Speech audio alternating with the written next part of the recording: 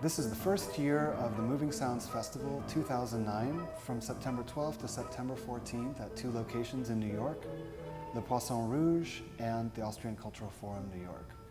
The festival really is a transatlantic collaboration with three types of events: listening experiences in the form of concerts, discussion and reflection experiences in the form of symposia and colloquia, and social experiences in the form of parties.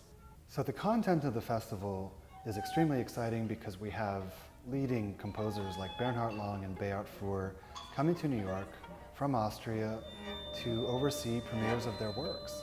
And from Vienna, we're bringing over electronica artists like Dorian Concept and Jeep Treitzen, as well as visual artists and curators like Eva Fischer and Astrid Steiner, who are working at the threshold of visual art and sound art. Here in New York, we have emerging American composers like Michael Klingbeil, Elizabeth Hoffman, and Sam Pluta, as well as some of the US star composers like Steve Reich. So the origin of the Moving Sounds Festival is Andreas Stadler, the director of the Austrian Cultural Forum. He was involved in a festival in Warsaw that actually included DJ artists, electronica artists, classical musicians, and so forth. And he had an idea to bring something like that over here to New York. He brought in Peter Rantasche, my co-curator, and myself to make sense out of this paradigm. The challenge will be to look for a kind of universal aesthetic theory that brings together a model of reflection of what was the aesthetics of 20th century pop music and the current state of the art of the arts musics.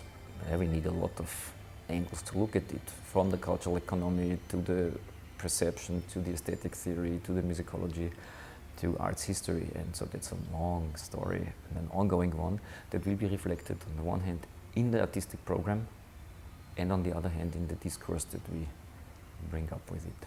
What Peter and I wanted to focus on in this festival is sound. Sound production, ways of looking at sound, ways of thinking about sound, and facing the fact that we experience music largely through loudspeakers in this day and age, and that there are many moving parts that bring together what we ultimately experience as music.